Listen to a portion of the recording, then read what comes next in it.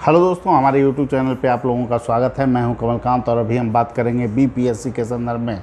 देखिए दोस्तों, BPSC 67वीं PT परीक्षा के संदर्भ में जो हलचलें अब है जो तेज़ हो चुकी है और जो बीपीएससी में मीटिंग जो है कि आयोजित हुई है और इसमें जो है कि आपको सबसे बड़ी जो बात है कि आप 67वीं के पीटी परीक्षा के परिणाम के संदर्भ में अब चीज़ें सामने आने लगी है और जो अभी का जो रिपोर्ट है उसके अनुसार आपको 5 क्वेश्चन के उत्तर बदले जाने के स्पष्ट संकेत मिल रहे हैं। तो निश्चित रूप से इससे जो है कि कुछ लोगों को इसका लाभ मिलेगा और कुछ लोगों को इसका नुकसान भी हो सकता है।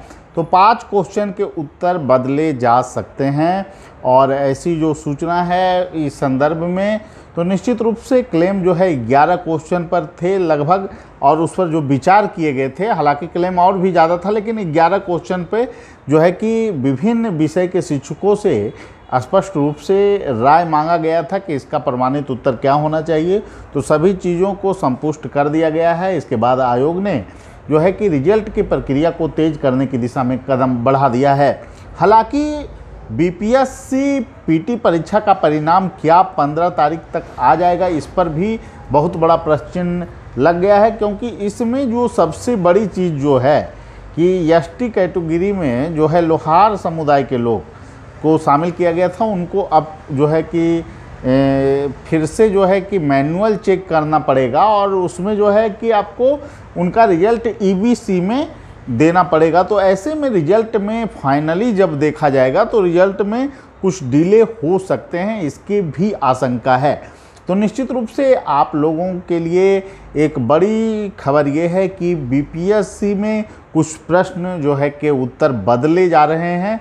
तो इसमें जो बच्चे स्कोर किए हैं, जैसे मान लिया जाए एक रेंज हम जनरल का लेते हैं, जनरल लड़कों के लिए ही अगर प्रिडिक्शन करें तो 104 भी जिनका स्कोर है और बदली हुई परिस्थिति में कुछ ऐसे भी बच्चे हो सकते हैं जिनका स्कोर 106-7 हो जाए।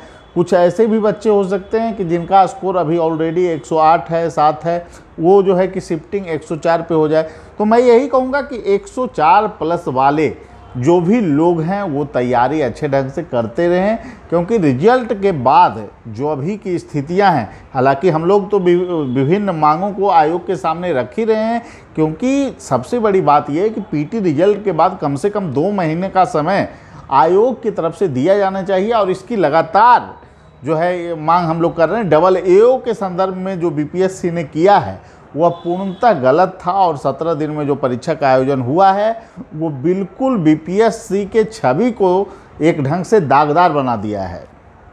इस ढंग से कार्य प्रणाली अगर बीपीएससी की होती है तो ये भी एक भ्रष्टाचार ही माना जाएगा, क्योंकि बीपीएससी को स्पष्ट रूप से पीटी परीक्षा के और मेंस के बीच जो है गैप रखना चाहिए और वो गैप कम से कम जो है कि आपको 60 दिन, 70 दिन, 75 दिन, 80 दिन का होना चाहिए। ये लॉजिकल है, क्योंकि हिंदुस्तान के किसी भी आयोग में इतनी टाइम दी जाती है।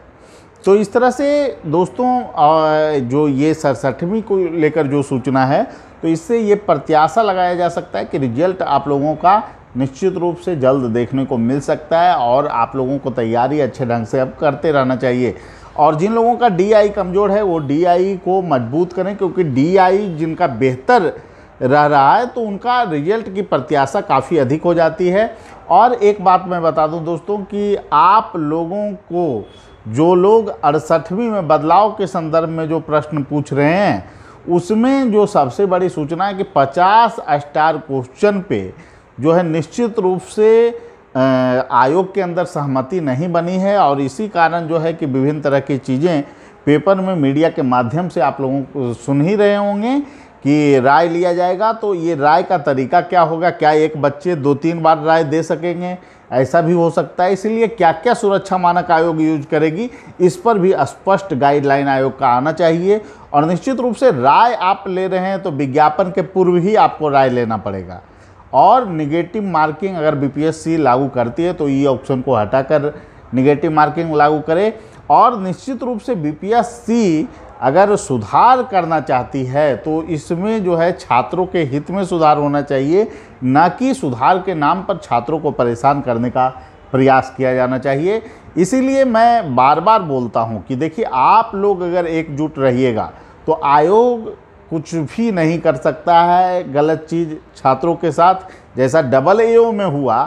क्योंकि मैंने पहले भी बोला था कि AAO में गलत हो रहा है। आपको पता होना चाहिए, आयोग आज चेयरमैन सर बोलते हैं कि जो है कि हम छात्रों से फीडबैक लेंगे। उनको पता होना चाहिए फीडबैक क्यों आप ले रहे हैं। फीडबैक का आपने मजाक उड़ा दिया है। आपके पास मेल में लगभग 300 से 350 400 मेल आपके पास है, और नहीं अगर इस बात को अगर बचाव करना चाहते चेयरमैन सर तो सार्वजनिक करें कि उनके पास कितने मेल गए हैं AAO के डेट बढ़ाने के लिए। लेकिन उन्होंने डेट नहीं बढ़ाया। पूर्णतः अलोकतांत्रिक ढंग से वो व्यवस्था को चलाना चाहते हैं। इसका हम लोग पुरजोर विरोध करते हैं, क्योंकि छात्रों के हित को सुनिश्चित करना चेयरमैन सर की पहली प्राथमिकता होनी चाहिए। लेकिन मैं यही कहूँगा दोस्तों कि आप लोग को अलर्ट रहना चाहिए, आप लोग को तैयारी जारी रखनी चाहिए, और निश्चित रूप से BPSC में कुछ भी होता है तो छात्रों के पक्ष में होगा, ऐसी हम पूरी आशा करते हैं। और हम सभी शिक्षक आप लोगों के साथ हैं, और छात्र समूहों में भी एकजुटता दिखनी चाहिए इन मुद्दों पर, जिसमें सभी छात्रों का हित हो। ठीक है, सभी लोगों को धन्यवाद। फिर अगले वीडियो में मिलेंगे। Thank you.